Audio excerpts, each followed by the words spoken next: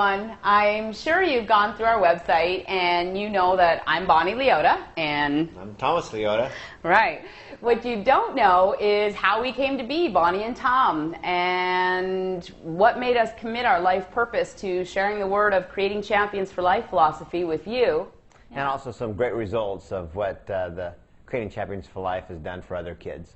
Yeah, absolutely. And big kids. And definitely big kids. Those are called parents. Oh. And what I think is absolutely amazing is that I have had a vision to be able to help the children out there realize their greatness since I was 22 years old and I discovered my greatness. I had actually lived my whole life with self-limiting beliefs, grew up in a lot of poverty and dealing with circumstances. So when I was 22, I had lived my whole life thinking I was a nobody. I was a loser. I was bound to be a waitress for the rest of my life. And I had a dream since I was 22 years old, and I read the book Think and Grow Rich. And in that moment, I'm like, I knew I could be a somebody. And I wish somebody had told me when I was 11 or 12 years old that I could be a somebody. So I actually ended up meeting Thomas on a cruise ship in the Bahamas because I'm from Canada. Yeah, I'm from the States, so. But a few months before we connected, I made a list of everything I wanted in a life partner. And that's for all the single moms and single dads out there. It does work because a few months later I met Thomas and he was everything that was on that list.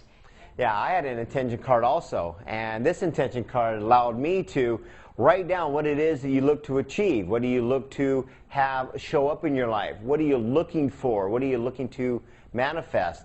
And as I ran this martial art program, Creating Champions for Life is what it's called now, I wrote on an intention card to find someone that will help me bring it to the world. I'm looking for the absolute best person that is my mate, my soulmate, the person who's going to help me be the best I can be in life. I've been doing martial arts for well over 20 plus years, so there's personal development in that. And so when you also get a chance to go out to these like big luxury cruises, you know, they're like those big giant boats that are like mini Vegas cities on them. I'm sure you've been on a cruise ship, but when you go there with a big group of people that are all like-minded, open-minded, personal development, looking to +1 their life, well, that's where we actually met. We met on a cruise ship. And so when I went on the cruise, obviously Bonnie was there too, but we had no idea either one of us was going because we never had a chance to meet. Well, that particular cruise ship happened to be the manifestation of that intention. And that was truly why I believe we met in that really random, what's the odds of somebody from 2 different countries meeting on the same boat at the same time, because there was more boats to pick from. Right. There wasn't the only one. It's mind-boggling. It's astronomical. It's very cool. So You think about divine intervention. It's no accident that we're together. We're here for a greater purpose and a greater cause. Right. Because on that cruise ship, the first 5 minutes when you get on, they kind of give you a tour of all. We met a mutual friend or acquaintance on there. Was from Canada. His name was Luke. Met him the first 5 minutes of the cruise. She met Luke probably about the first hour of the cruise or so like that. We never saw each other all on the cruise until 4 days. Until the very last day, the last evening before we went back. Luke basically said, when I was having a conversation with me, he goes, you know, Tom, I got somebody you've got to meet. So he comes over and he goes, Bonnie, this is Tom. Tom, this is Bonnie. Right. Bonnie, Tom has a radio program on personal development. Right. And I asked Bonnie the first question, is there anything you're passionate about in life to be on the show? She goes, do I have anything I'm passionate about? Do I have something I'm passionate about? It was like, I am so passionate to help people out there just, you know, realize their potential. Right. And at the time, I had no idea that he had any knowledge to do with children. I was on a personal development cruise. I was an inspirational speaker. I was a success coach. And Tom was also in the personal development. Through actually preparing for the radio program, I found out how involved in personal development he was. And so for those of you that have not been involved in personal development, that is an industry that is the fastest growing industry on the planet. And it's really for adults that have self-limiting beliefs, or for adults that want to achieve more success than what they're presently doing. Yeah. And personal development comes in so many different forms. I mean, for me, doing martial arts for so many years was part of a trip of personal development to better oneself, or be like on that +1, be better than who you were, like say yesterday or last week. And one of the things that I loved best about Bonnie was she actually did something. Now, she was very teachable. She's very coachable.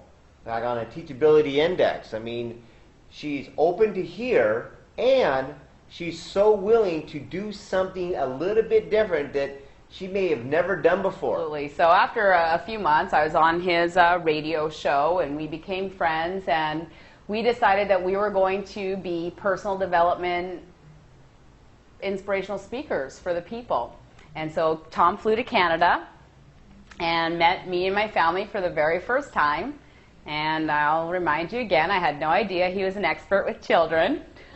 We moved over, and I had a chance to observe her family with her 4 kids and things. Well, I saw a very ambitious woman having a house that is full of children that were all in an environment that led them up to no personal development skills for themselves. As she would then come home, first thing I'd observe is, like 4 little kittens that are hungry to eat, and they find the mama cat, and all they're doing is looking for the nipple. Just coming up and just suck, suck, suck, suck, suck, suck, suck. I spend a lot of time telling my kids, you're awesome. You can do anything you choose, you know, because I'm working with adult brains, thinking that I have to reprogram my kids into believing they can be a somebody. But somehow they didn't have the belief they could be a somebody, even though I was a success coach in my real life.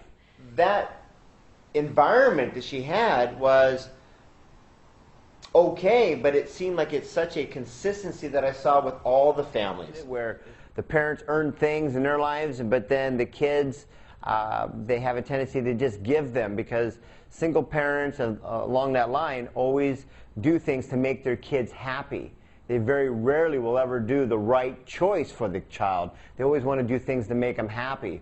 And that was something I've typically found with yours, which is very common with almost any family, especially when you have a single parent. It's exactly the same thing that all great parents do, especially when there's success in their particular life, that their kids have a tendency to fall into gimme, gimme, gimme. There's a natural welfare type of system built into almost every family unit where they were all in a gimme, gimme, gimme, what can I have, what can I have, fight, fight, fight. All the kids are struggling to get the one cookie. Is that there wasn't a life skill or a system put into place, almost like an instruction manual. You know, what do you do with your kids? Exactly. But that's what I observed at first. And they're bright kids. There was just not a right environment yet. And I'm thinking to myself, wow, there's some great potential here. If she learned what I was doing in school, or in the school that I ran, this philosophy, she'd have one dynamic household. But wasn't my place to say at the time, because we were very, very busy. Well, goodness. Now looking back, I'm like, why did you wait so long to tell me your... That's what I observed at first. Yeah. Great kids, massive potential, just needed the right tools and the right environment to really take off. Right. Now, understand, I'm in personal development. I've got these 4 kids who are not personally developed at all. In fact, they're victims, they're bullies, they're rude, they're demanding, ungrateful. They're going to kill me for putting this on camera, but they'll know it's true one day. It is the reality of what it was. But when I met you, I had no idea that you had a child-rearing philosophy, that you'd worked with hundreds of kids, which we're going to get to in a few minutes. But I had no idea that I'm with this man who's worked with thousands of kids, who knows exactly how to get great results, and he's too humble to say anything at first. Example that I think I let the cat out of the bag. I accidentally did it. Yeah, it was. She saw the results, and then she was like, accidental. "Okay, what did you do?" Well, so on our way home, I've got my 7-year-old and Tom and my 10-year-old in the back seat, and I'm driving. They're interacting. Now, these kids, I mean, I would ask them to help clean up, and I mean, they wouldn't. I just ended up just doing everything. What are you going to give me? Right, what are you going to give me? And one of them would literally say no, you know, so I just fed up years ago and just decided to do everything myself. And so they're interacting. We get home, park the Lexus in the driveway. Tom and I go to get out, and I look in the back seat, and here my kids are, like, organizing papers, and they've got the little rags out. They're cleaning the back seat. And I don't remember asking them to clean the truck, and even if I did ask them to clean the truck, they wouldn't be doing what they were doing. And Tom didn't ask them to clean the truck. So that's when I started noticing that there was something, and I looked at you, and I said, what did you just say or do to my kids? No, that's not what she said. She said, what the hell did you say to my kids? So I don't know what that you still did to my kids, but you did something. Yeah, I kind of kept it a best kept secret. I usually don't push this on parents unless they're open or they ask. And in this case, Bonnie really didn't know the extent of what Creating Champions for Life program was all about. And so I just did a simple couple key things to set the right environment for them. Mom, like you're watching this out there, your moms and dads or your guardians of kids. And so you've got these little kids that are uncooperative and all these things. And it just becomes about, what the heck's wrong with my kids? Where I started to develop an understanding that it was something that I was doing.